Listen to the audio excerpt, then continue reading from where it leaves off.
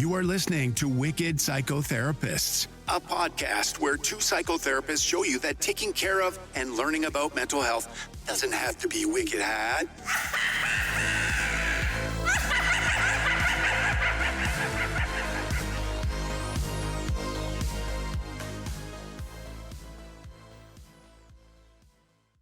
Hey guys, this is Tanya. Hi, this is Erin, and welcome to Wicked Psychotherapists. Yeah, this week we are diving into a really interesting series on Apple called Silo, which is for our sci-fi dystopian themed lovers of different shows. It's a little bit different probably than what we normally do, but we really love this. Silo was something that we both thought was really good. We were really excited about that with the season 2 coming out and everything, and looking forward to season 3, which has not been announced, but is likely, they said, in end of 25 or maybe 26. They don't have a particular date yet. But there are so many mental health, psychological, sociological points of view in this. It's a really cool concept. I really loved the setup of how they started to dive into the whole concept of the silo in and of itself and how we're introduced to it, and just the strangeness of it, the weirdness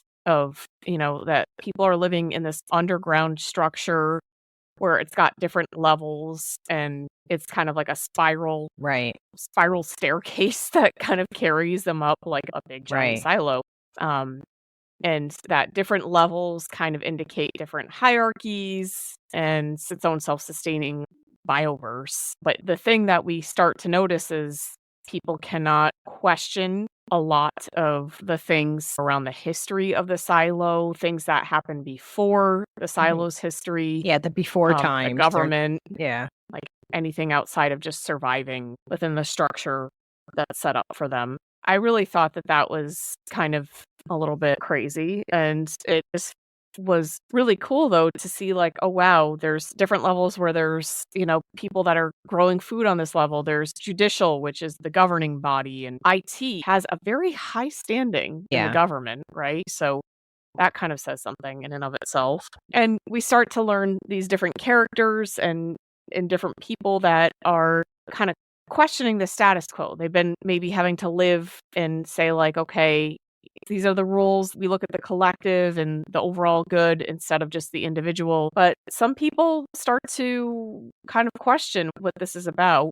The first two characters we meet are the sheriff and his wife of the silo, and they're trying to have a child. And in this system, they have to ask permission and they have to be chosen in a lottery to be able to have a child. And I guess every woman who is of childbearing age has an automatic like IUD-esque type something placed inside of them. It's only when they're chosen that they can have it out and then try for a baby for like a year. Like they have only a small amount of time to do it. And it's with this kind of key point that the wife starts to kind of question things. She starts to hear other things about, they don't want you to have a baby. Of course you're not going to, because ultimately they are not able to get pregnant when they are chosen. And we start to learn a lot of things. That opens up a lot of, this seemingly kind of functioning system has a lot of cracks in it. I mean, talk about, it reflecting reality.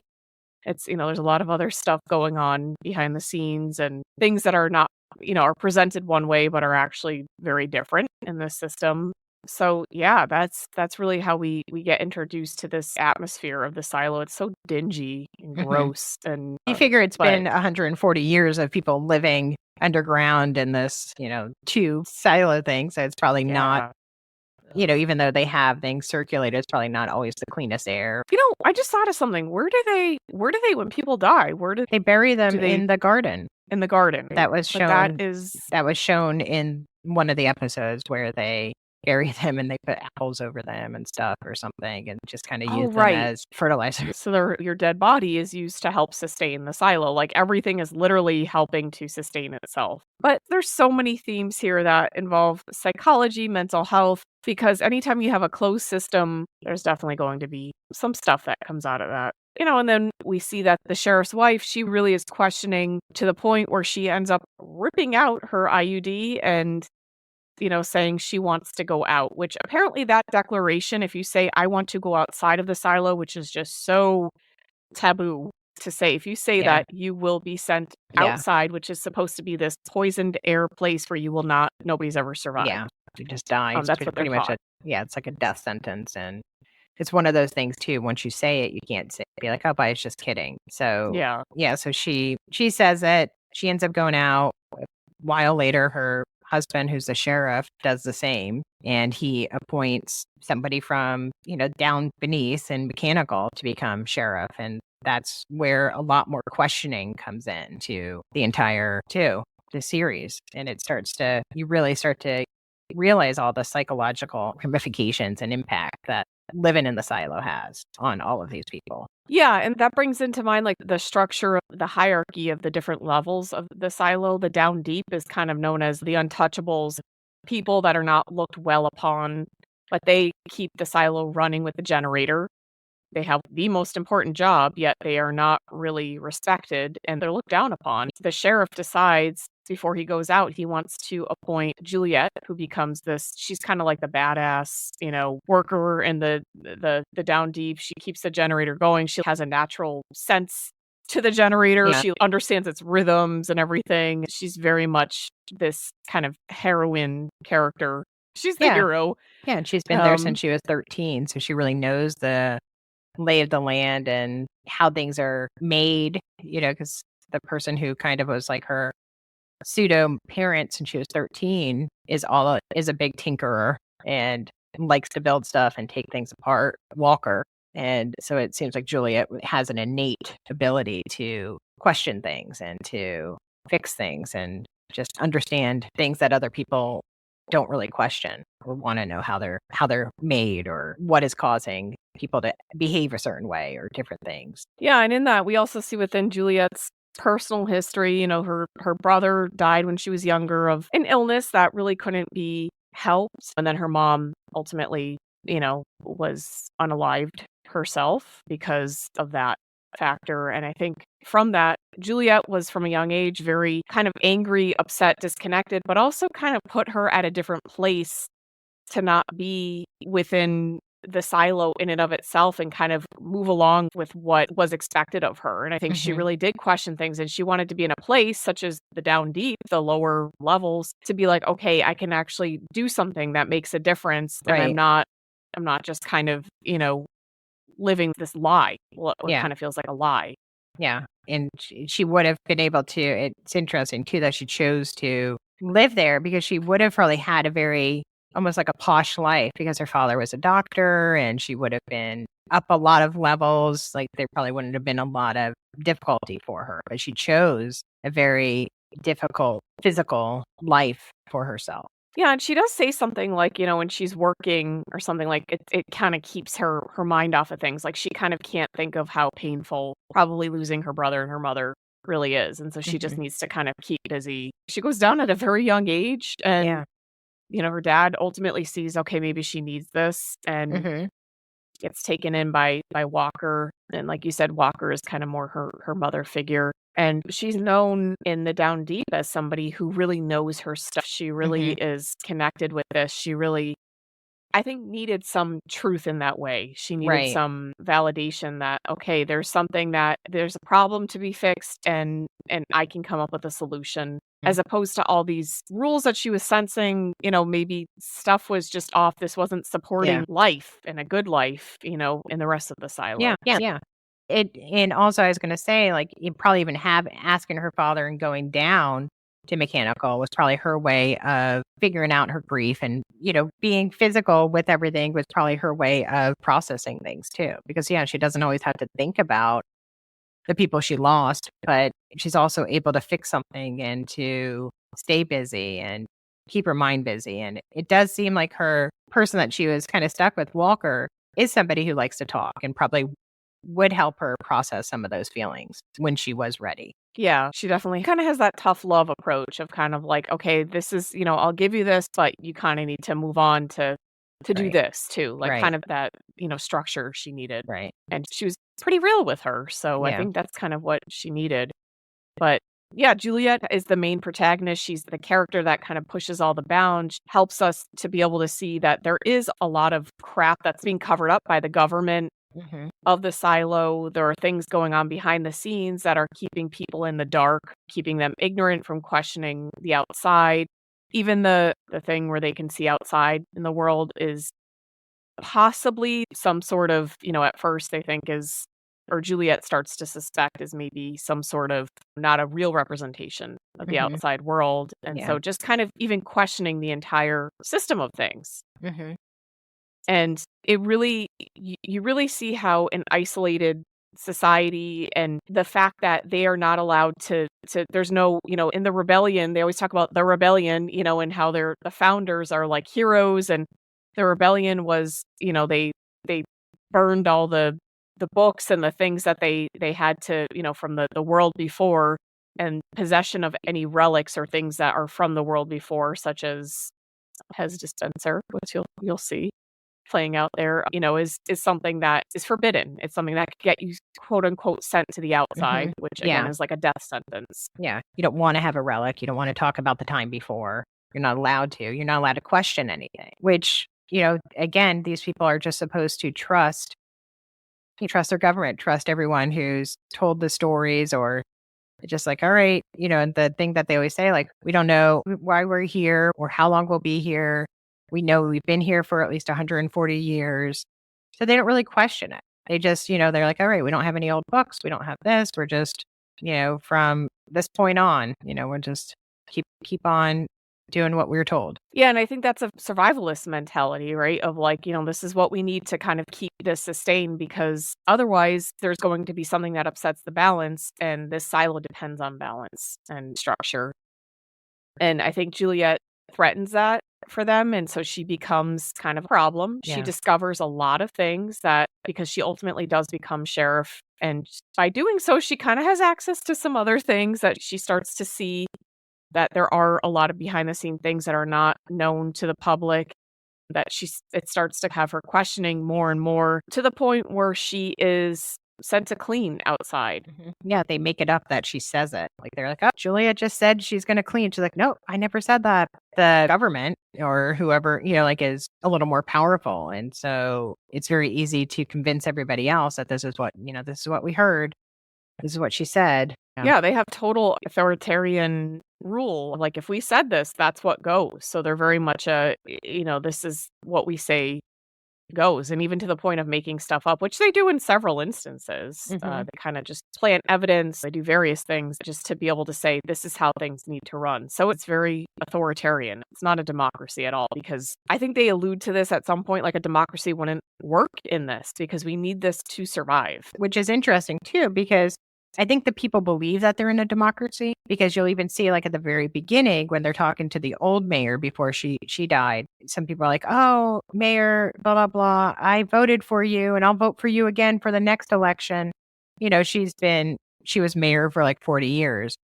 But I don't think that they really have a choice of who is elected or who is chosen. I think they have the illusion that they have that choice. That's kind of, I think, there's various characters that do question or seek out knowledge. Like Lucas is somebody that Juliet meets, that he's trying to figure out why the stars move or what's going on. Why are they in different places? Because there's no knowledge of astronomy. He doesn't even know that they're called stars. He's just like the dots or the light. Yeah, the dots of light, So there's very much this setup of what people know and what they don't know. And there almost has to be an ignorance on the part of people being kept in the dark in order for this to continue to happen. But Juliet and other people, they don't necessarily see it that way, and they want to try and discover this. Juliet ultimately gets sent out to clean because, they said that she wanted to when she did not say that. And she discovers that if she uses a particular type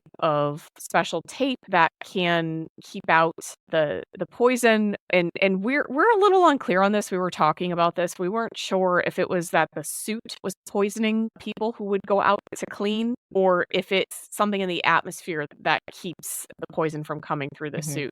Juliet discovers something in that if this special tape, which has magnetic properties, is placed on my my outfit, then this will actually, or the suit, then I will actually be able to survive this more than Right. likely. So she feels confident, like, oh, I can go and explore and kind of see what's beyond this. Yeah. And then she has Walker help her get the tape, and then that's a whole thing too. But yeah, it's very interesting too, even the whole, again, going back to the psychological aspect, it's, like everyone watches too. I think that's kind of interesting. They all watch the person go out to clean or go out. So it's almost like the whole silo is watching this person go to their death.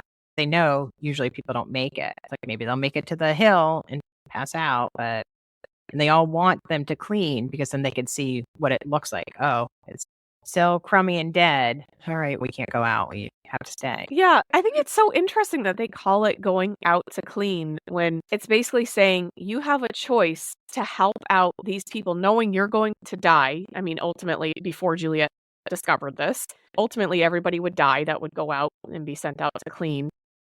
And you can help us to clear and watch that and continue to cause this cycle of them understanding that this is the way you have to behave. This is the consequence.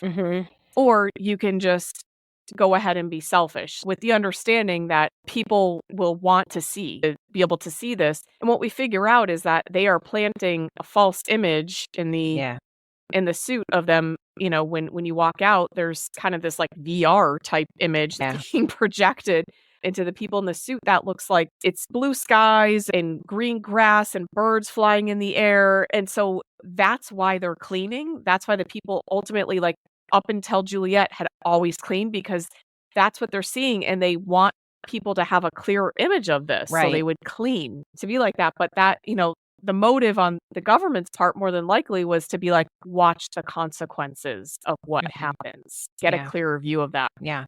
And so that's so psychologically manipulative. Yeah. So we're going to let you feel like, okay, this is really beautiful and clean. I see the birds flying.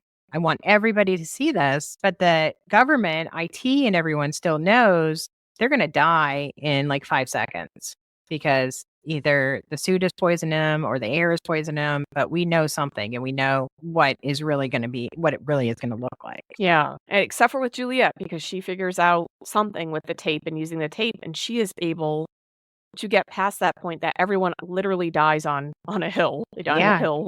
Yeah, she stumbled a little bit and everyone thought that she was going to die right at that same spot, but then she made it over the hill. And that caused a lot of controversy too, because that hasn't happened before. And then they lose their control because they say, once you're outside, we can't control what you're going to do, because they know they're usually going to die. But then she makes it over the hill. Then it's like, oh no, now it's fear. What are we going to do? She's left. And now these people are going to start having free thought and being able to start questioning things. And that can cause its own issue when you're in a sustained unit like the silo. They lost control of that, and that people may want to go out, whatever it is that ultimately is controlled, so that all that quote unquote poisonous air, we're not really quite sure. We're going to probably find out in season 3 what this is all about. If it is poisonous or if it's just something that they're able to pump just right outside of the silos. I'm thinking that somehow IT or someone is just pumping poisonous gas just around the silo, but I don't know.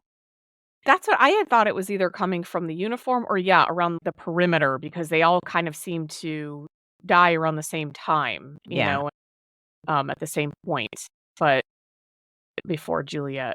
I was just thinking of something that I'm wondering if Juliet she has a different character. She questions things because she actually changed her course in the silo. Like, I think she was supposed to, had she stayed with her father and had that kind of posh life, she maybe would have not had any reason to question it. But I think she kind of felt like there is something more. There's something like she was able to say, I need to live a life where I can question this. Yeah. I think that's really telling and symbolic of people living inside of, controlled or authoritarian spaces, governments, things like that, in order to be kind of considered like a rebel, you have to almost be made into an enemy. And that's kind of formed in a different way, depending on people's life paths. And you can see it with Julia. I just was thinking about that. Yeah. that she literally changed the course of it, and Yeah. it kind of created that. Yeah. She was forced to question things and learn, even though they didn't have like traditional books or anything like that. Because if she didn't go down to mechanical, she would have been probably a nurse with her father and just stayed in that role. But Yeah. then she went down and met all these different people who the rest of the silo probably never even got to know or wanted to get to know, and realizes that, oh, wait, they have really good character. They're hard workers. Community is important to them. And it did get her to question things and made her realize that she's a leader, and just all these, even though she's the main guy's shadow, she acts more in charge. Everybody listens to her more than she does him. Yeah.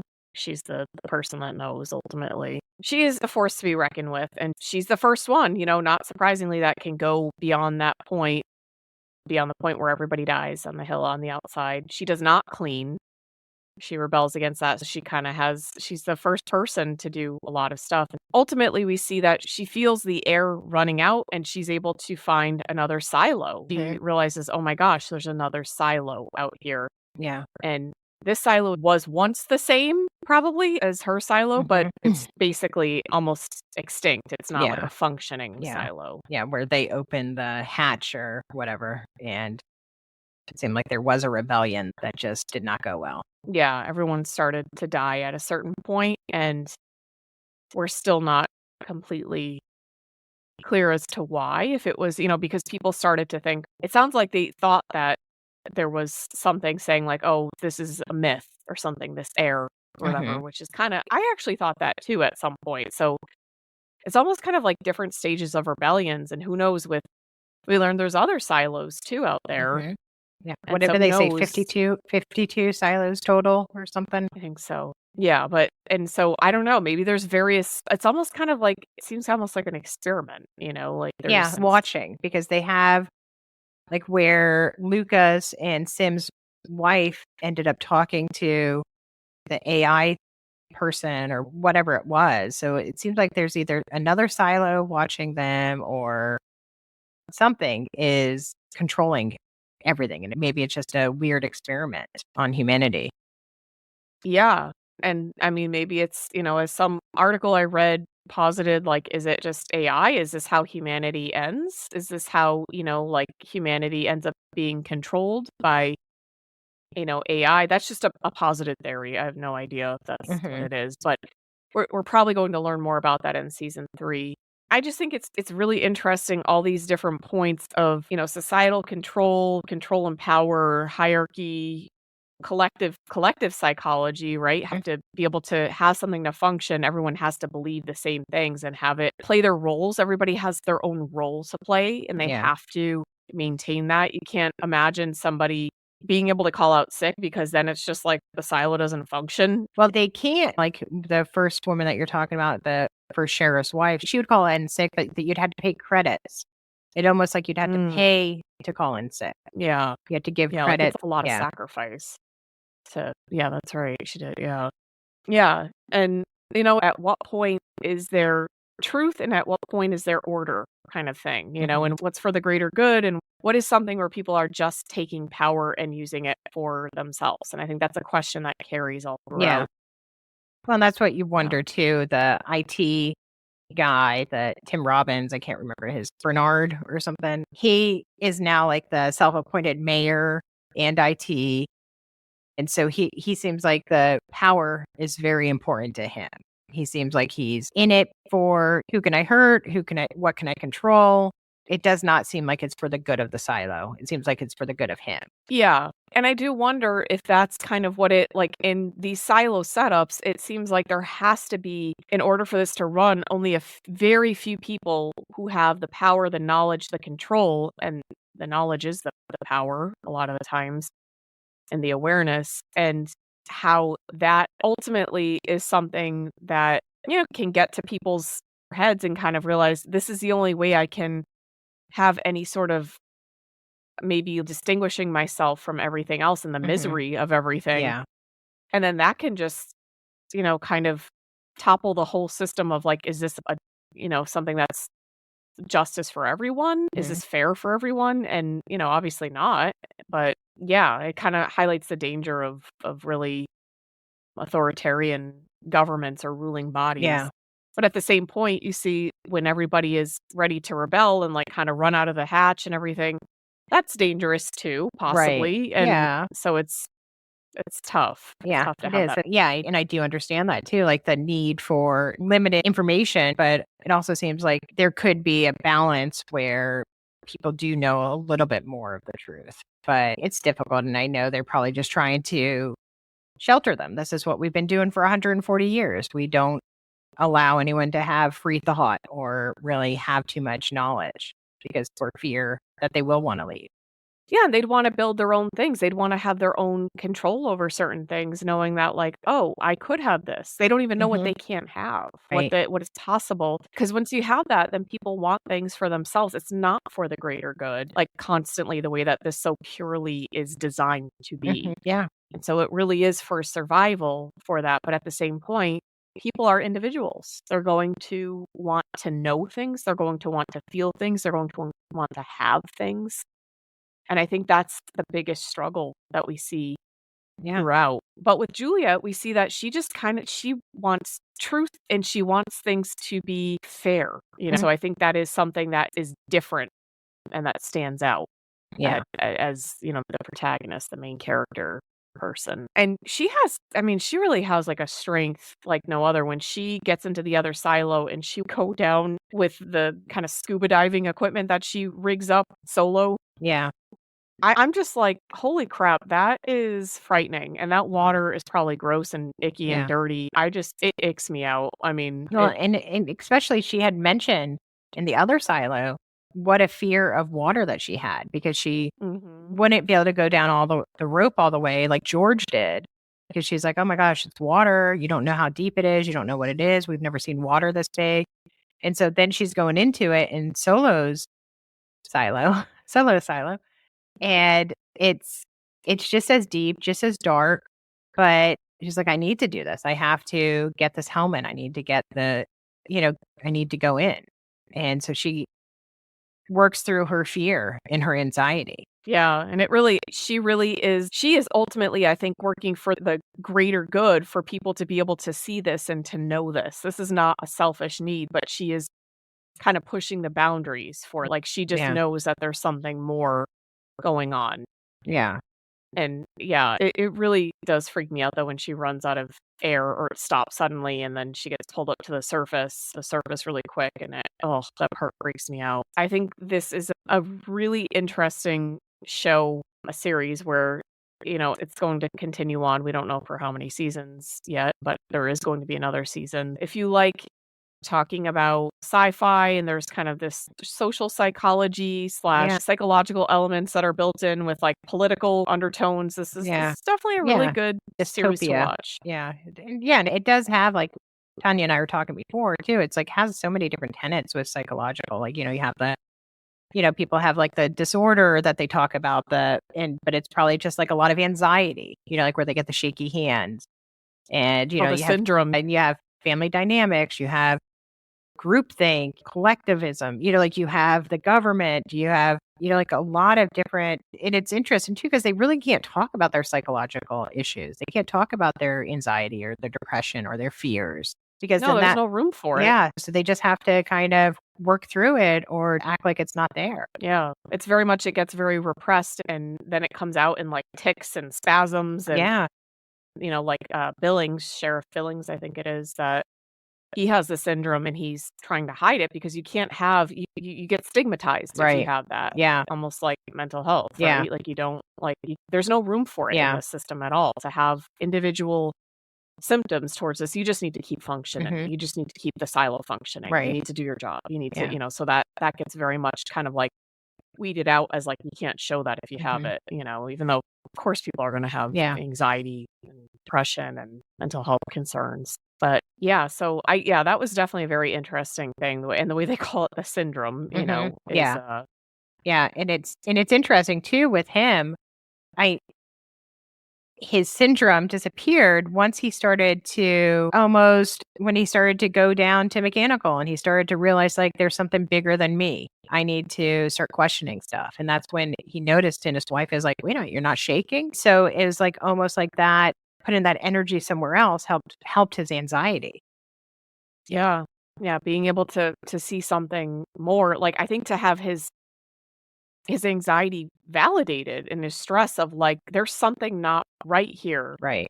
as a human being. And I can't voice this. I can't make this known, but it is going to come out in these symptoms, And so that's kind of ultimately the biggest repression of mental health symptoms, which that I think is at the core of everything. But yeah, so this is one of Aaron, you introduced me to this. I know I did? you Oh, watched okay. it with your husband, and Yeah, it was, and the kids, my kids, it's like it's a family show. We love it. It's really it's a good show. yeah, it definitely is something that has a lot of interesting themes to it that can be, if you're into, it's not even necessarily just sci-fi stuff. It's more because it gets described as sci-fi, but like Aaron said, like dystopian, and very much I think there's a lot of social psychology and and psychology government, and elements it's in there. it's a lot of stuff you could, even though it's 140 years in the future, it's still pretty present day stuff too that you can take away. Yeah, for sure. Yeah, and I think we're just gonna find out even more about the origins, which I'm excited for season 3. But yeah, so I am to come up to our question. This is more of a, I don't know if it's a fun I look question, forward to these. I like them. The question that I have is, if you had to live in the silo, what level do you think you would want to live in? Because we have discussed that the down deep is kind of more real. There is, even though people do look down and kind of, look at this as like the untouchables or whatever, there's not very much respect. They have a lot more freedom and a lot more awareness of knowledge. But, and that the higher up is kind of more the educated, and then kind of like government kind of, like in professional careers, kind of that type of thing. Yeah. So I don't know. I wonder if being in that silo, if you don't have a crushing feeling of claustrophobia, like I just wonder, like, does it feel open, or do you feel like, oh my gosh, I just like, does it feel like you're on a cruise ship forever? Or that's what I was thinking. It does feel very claustrophobic. Yeah. So I think I would want to somehow get a job where all the plants and everything, because that seems like the most open. So where they had all the gardens and the apple trees and cows, I would want to figure out how I can be on that level, because that feels the least claustrophobic for me. I like that. And that'd probably be really healthy too. You wouldn't feel like, you get some fresh air. Yeah, that's true. Yeah, you need to have access to that and be closer to that. That's actually really good. Yeah, because every other thing, because when you see their little tiny apartments and everything else, like, oh, gosh. And it just seems so, except Walker's little studio. Even though she doesn't leave it for 25 years, it feels more open than everyone else. But yeah, it's just I don't think I'd be able to live way down. I just thinking like, oh my gosh, what if everything fell on top of me?